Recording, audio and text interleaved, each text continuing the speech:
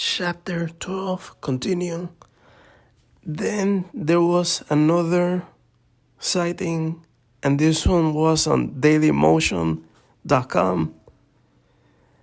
As of the recording of this video is the end of 2023, and I had no idea what happened to dailymotion.com, so I don't even know if they're still up or not.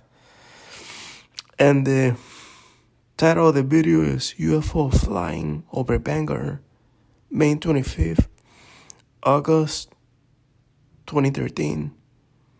And it just describes that sky watching is part of normal life for many people in Maine. For some people in Maine, not everybody looks at the sky. When people over there like to watch the northern lights and meteor showers and shooting stars and all this stuff in the sky. And one night, a sky watcher had his camera and was recording something in the sky that he could not explain. He reported it to MUFON.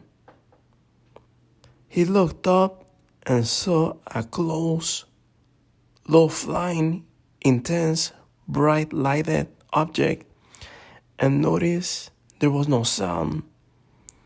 It was moving from south to north, northwest,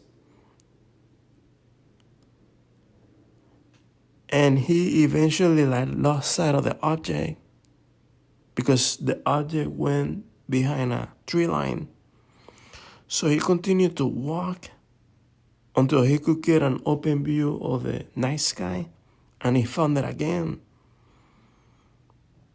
And he noticed that the object hovered silently and low, and the object went over the power lines, trees, and eventually hovered over the river for like 2 minutes.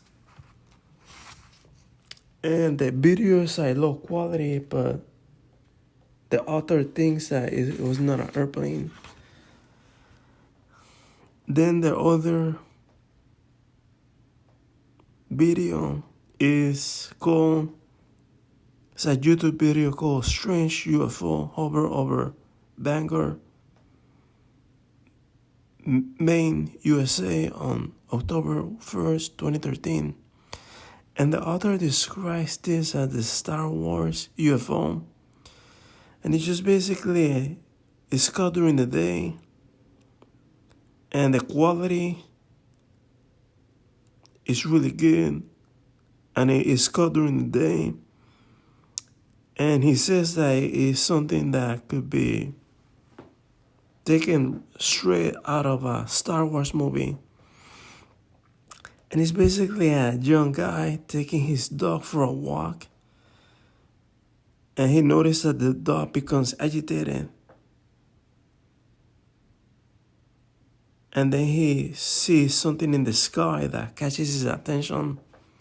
And he grabs his cell phone and begins recording. But he doesn't go into detail as to what he sees.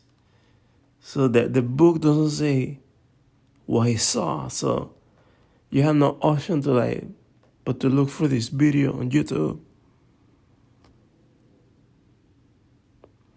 And the chapter ends by the author saying that he encourages you to do your own recording, to watch the sky, and also you should also do your own recordings.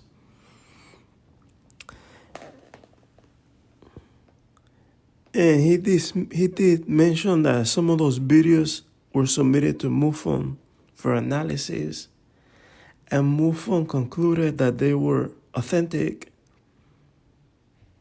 Just because a video is authentic doesn't mean, it's a UFO, it's an alien spaceship. When MUFON says that a video is authentic, it means that it was not tampered with. They did not use CGI to tamper with the video and as something